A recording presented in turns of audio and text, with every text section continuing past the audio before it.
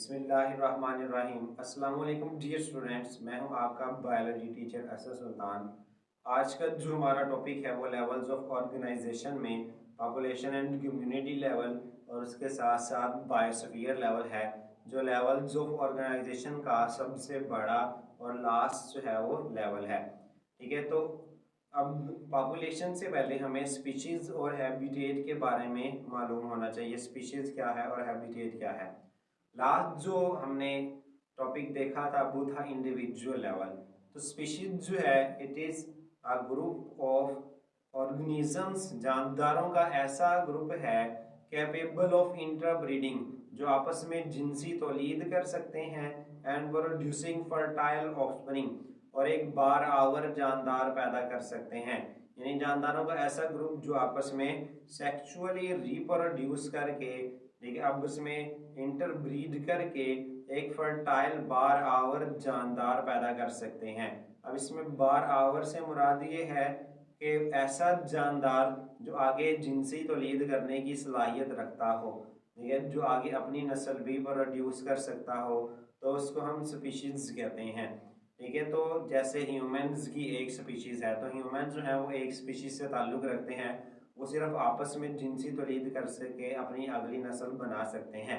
Humans किसी और animals के साथ जिनसी तौलीद नहीं कर सकते और ना ही अपनी अगली नस्ल बना सकते हैं। तो ऐसे जानदार जो आपस में जिनसी तौलीद करके अपने जैसे नए जानदार पैदा कर सकते हैं उनको स्पीशीज कहते हैं। हैबिटेट या मस्कन क्या होता है?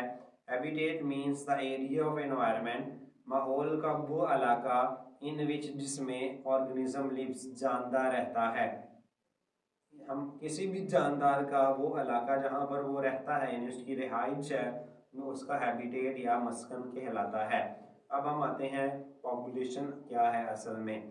ठीक है, group of organism of same species.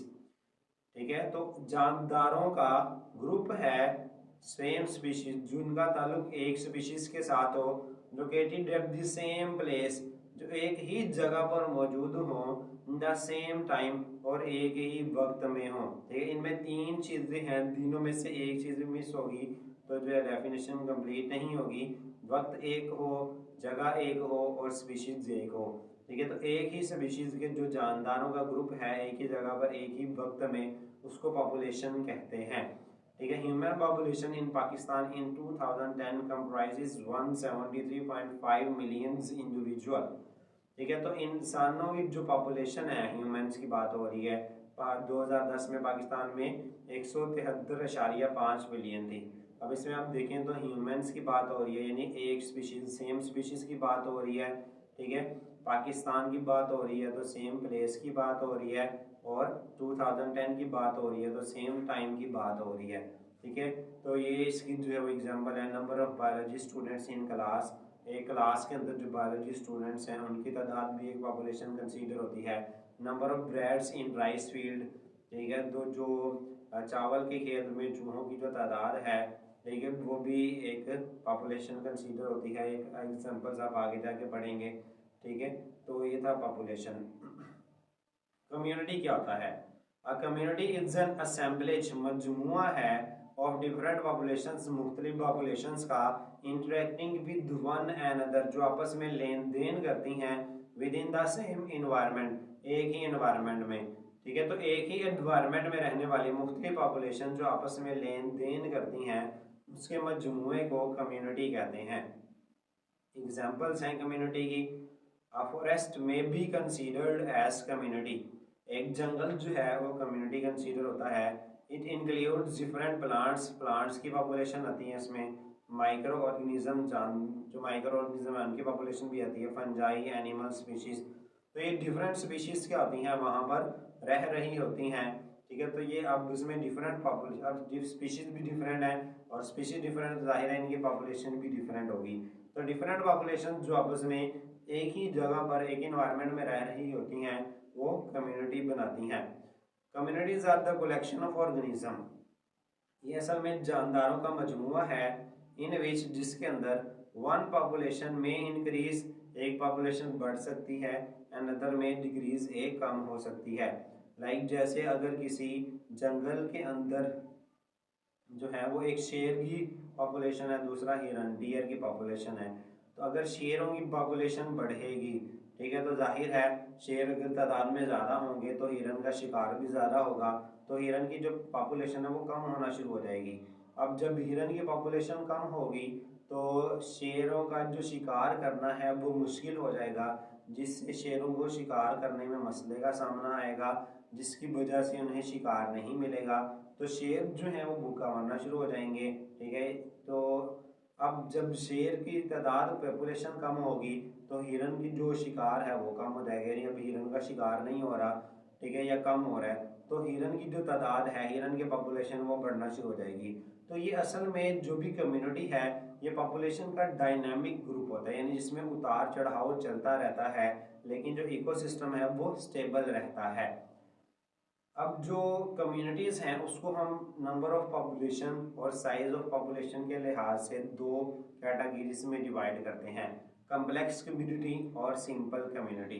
Complex community पेचीदा कम्युनिटी, ठीक है, सम कम्युनिटीज आर कम्प्लेक्स, कुछ कम्युनिटीज़ पेचीदा होती हैं, for example forest and pond, जंगल और तालाब की कम्युनिटी। फॉरेस्ट कम्युनिटी जो है, जो कम्प्लेक्स कम्युनिटी है वो क्या होती है, जिसमें नंबर ऑफ पॉपुलेशन या जो साइज ऑफ पॉपुलेशन है वो अनलिमिटेड हो, यानी बहुत ज़्यादा हो जिसको हम काउंट नहीं कर सकते। तो जंगल में कितनी तरह के, तालाब में कितनी तरह के माइक्रो ऑर्गेनिजम्स, प्लांट्स, जानवर, ये कितनी तरह के रहते हैं, हम इनको काउंट नहीं कर सकते, तो ये एक कम्प्लेक्स कम्युनिटी है।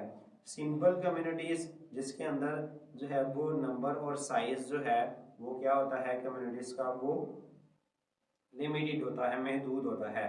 ठीक है, तो सिंपल कम्युनिटीज़ की जो एग्जांपल है वो क्या है, अफालन लोग, ठीक है, लोग कहते हैं लकड़ी, ठीक है, तो अफालन लोग गिरा हुआ दरख्त, यानी जब अगर डायग्राम में आप देखें तो ये गिरा हुआ दरख्त जो है वो अपने अंदर एक सिंपल कम्युनिटी है, यानी इसके अंदर चंद इकसाम के कीड़े मकोड़े, इंसेक्ट्स या जानदार जो हैं वो रहेंगे। ठीक है, तो वो एक सिंपल कम्युनिटी की एग्जांपल है। ठीक है, तो एनी चेंज इन बायोटिक और abiotic factor may have drastic and long lasting effect on simple community। ठीक है, तो बायोटिक जानदार और एबायोटिक बेजान, माहौल के जानदार और बेजान अज्जा में अगर कोई तब्दीली आती है तो वो सिंपल कम्युनिटी पे ड्रास्टिक, बहुत खतरनाक एंड लॉन्ग लास्टिंग और एक देर पा असर छोड़ेगी। ठीक है, तो कम्प्लेक्स को इतना जो है वो नुकसान नहीं होगा, जैसे अगर एक फैक्ट्री के अंदर 1000 वर्कर काम कर रहा है और दूसरी फैक्ट्री में जो है वो सिर्फ 100 वर्कर काम कर रहा है, दोनों के अंदर अगर आग लगती है तो दोनों के अंदर फॉर एग्जांपल 10 जो वर्कर हैं वो मारे जाते हैं। अब ज़्यादा नुकसान किसको होगा, 100 वर्कर वाली फैक्ट्री को या 1000 वर्कर वाली फैक्ट्री को? सिंपल है, 100 वर्कर वाली फैक्ट्री को ज़्यादा नुकसान होगा, क्योंकि उसके अंदर जो वर्कर्स की तादाद है वो कम थी, तो उनमें से भी 10 जो है वो मारे गए हैं। अब कम्प्लेक्स जो बड़ी फैक्ट्री है जिसमें 1000 वर्कर काम कर रहे थे, जाहिर है इफेक्ट उनको भी होगा, लेकिन इतना ज़्यादा नहीं होगा, क्योंकि उनमें जो लेबर है, वर्कर हैं, वो ऑलरेडी बहुत ज़्यादा हैं। तो 1000 में से 10 मारे जाना इतना ज़्यादा नुकसानदेह नहीं है जितना 100 में से 10 लोगों का मारे जाना। ठीक है, तो इसी तरह जो कम्प्लेक्स कम्युनिटी है उसमें अगर पॉपुलेशंस कम होती हैं तो उसको इतना ज़्यादा इफेक्ट नहीं पड़ेगा। सिंपल जिनमें ऑलरेडी पॉपुलेशंस कम है, लिमिटेड है, उनको नुकसान ज़्यादा पहुंचता है। नेक्स्ट एंड लास्ट जो लेवल है वो है बायोस्फीयर लेवल, जो सबसे बड़ा लेवल है लेवल्स ऑफ ऑर्गेनाइजेशन का। द पार्ट ऑफ अर्थ, ज़मीन का वो हिस्सा, इनहेबिटेड बाय ऑर्गेनिजम्स कम्युनिटी, जहाँ जानदारों की कम्युनिटीज़ रहती हैं, इज़ नोन एज बायोस्फीयर, उसको बायोस्फीयर कहते हैं। इट कॉन्स्टिट्यूट्स ऑल इकोसिस्टम, ये तमाम इकोसिस्टम पर मुश्तमिल होता है। इकोसिस्टम क्या होते हैं उसको हम देखते हैं अभी। And is also called zone of life on earth, और उसे ज़मीन पर कुर्राए ज़िंदगी, कुर्रा जोन इलाका सर्कल, ठीक है, तो ज़िंदगी का जो है वो इलाका भी कहा जाता है, क्योंकि सिर्फ यही वो इलाका है ज़मीन के ऊपर जहाँ पर जानदारों की कम्युनिटी रहती है। सिंपल अल्फाज में ज़मीन का वो सारा एरिया जहाँ पर जानदारों की कम्युनिटी रहती हैं वो बायोस्फीयर कहलाता है। ठीक है, तो अब ये तमाम इकोसिस्टम पर मुश्किल होता है। इकोसिस्टम क्या होते हैं? Ecosystem area where living things interact with non living components of the environment. माहौल का वो इलाका जहाँ पर माहौल के जो जानदार हैं वो माहौल के बेजन अज्जा के साथ लेन देन करते हैं। हम जहाँ भी रहते हैं तो ये हमारा इकोसिस्टम होता है। ठीक है, हमारे इर्द गिर्द मौजूद डिफरेंट चीज़ें हैं, लाइक ज़मीन है, मिट्टी है, उसके ऊपर हम चलते हैं, हवा लेते हैं, पानी पीते हैं, तो ये नॉन लिविंग थिंग्स हैं। ठीक है, तो हम जानदार हैं, वो बेजान हैं, तो हम इनके साथ लेन देन करते हैं, हमारा इनके साथ इंटरेक्शन रहता है, तो ये हमारा इकोसिस्टम होता है। ठीक है, और दुनिया के सारे इकोसिस्टम मिलकर बायोस्फीयर बनाते हैं।